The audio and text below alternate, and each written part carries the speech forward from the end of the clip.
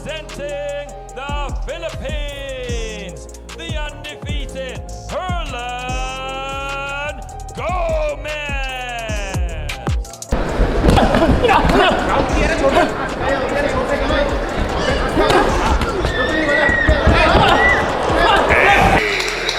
Isang panibagong mandirigmang Pilipino na naman ang sumabak sa teritoryo ng kalaban.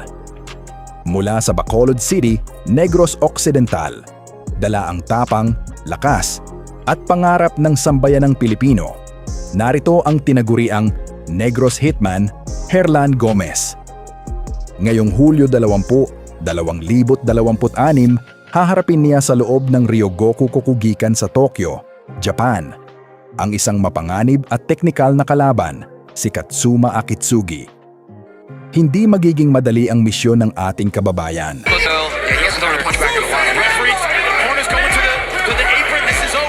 Hawak ni Akitsugi ang record na 14 na panalo at 1 talo, habang papasok naman si Gomez na may 14 na panalo at 3 pagkatalo.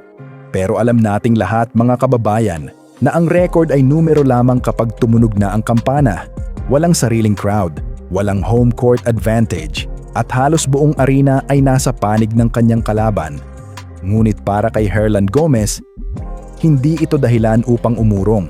Sa halip, ito ang pagkakataon niyang ipakita sa buong Japan na ang isang Pilipinong mandirigma ay hindi basta-basta sumusuko. 8 rounds ng suntukan, tapangan, at matinding bakbakan ang naghihintay. Kailangang maging mabilis ang mga kamay ni Gomez, matatag ang depensa, at eksakto ang kanyang mga counterpunch. Dahil isang pagkakamali lamang ang maaaring magdikta sa magiging resulta ng laban. Kaya mga kababayan, ihanda na ang inyong sarili. Suportahan natin ang ating pambato mula Negros Occidental. Ngunit bago natin tunghayan ang laban na iyan, balikan muna natin ang makasaysayang bakbakan ni Herlan Gomez, kung saan dinurog niya ang veteranong Thai fighter na si Comgrich Nantapech. And the doctors are in, and I think Concrete is out. Wow. Sa pagtunog ng kampana para sa unang round, agad na nagsukatan ang dalawang mandirigma. Pareho silang lumaban sa orthodox stance. Kitang-kita sa galaw ng Thai fighter ang lalim ng kanyang karanasan, habang ang pambato ng Pilipinas ay dala naman ang tapang, determinasyon, at pusong hindi marunong umatras. Right hand there from Herlan. From what I remember from Herlan, he's making me remember it right now, is he's got devastating body shots. And unlike his fellow countryman Ador Torres, he's not wasting any time in putting a lot of power behind all of his shots so far that he's been throwing at Concrete. Again, great right hand connects for Herlan as he goes low and then high. Twice with a body shot. Second one like that really affected Concrete. And Herlan trying to get another round 1 knockout right here at Space Plus in Bangkok, Thailand. It's like, I don't think Concrete has been able to land a significant power punch at all in this first round. It's been all Herlan so far. It's been very one-sided.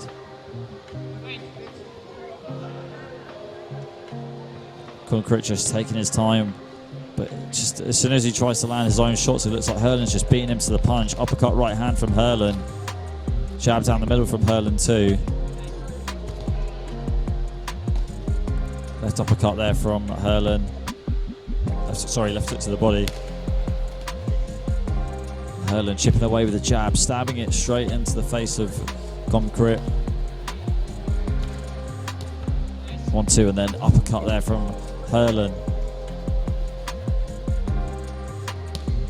Overhand right there from Herlan, and that took Concrete off balance.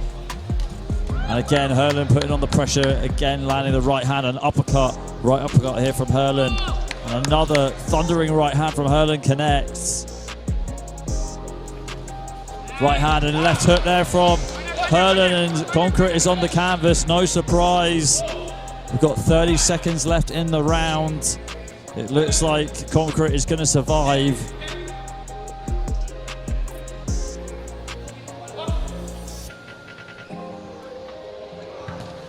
There we go again, double hooks here from Herlan.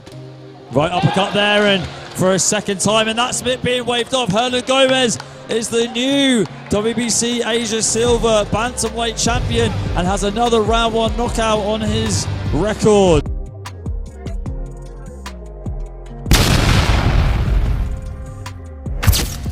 Your winner by TKO, Hernan Gomez! Ganito kalakas ang kamao ng ating kababayan. At hindi ito ang unang pagkakataong nagpakita si Hernan Gomez ng ganitong klaseng bagsik. Noong 2023, naranasan din ng Indian fighter na si Vikash Dahiya ang lakas ng Negros Hitman matapos siyang tapusin ni Gomez sa unang round.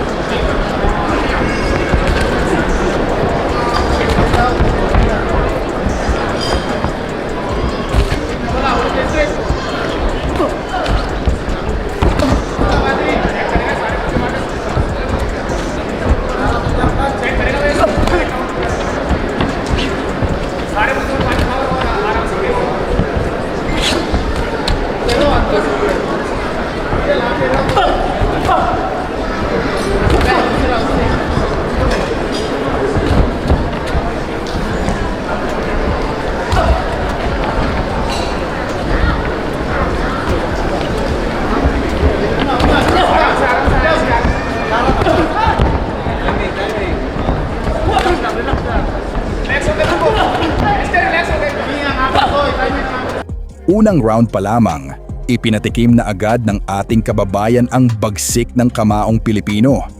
Bawat bitaw ay punong-puno ng puwersa at bawat tama ay tila kumakalampag sa buong katawan ng kanyang kalaban.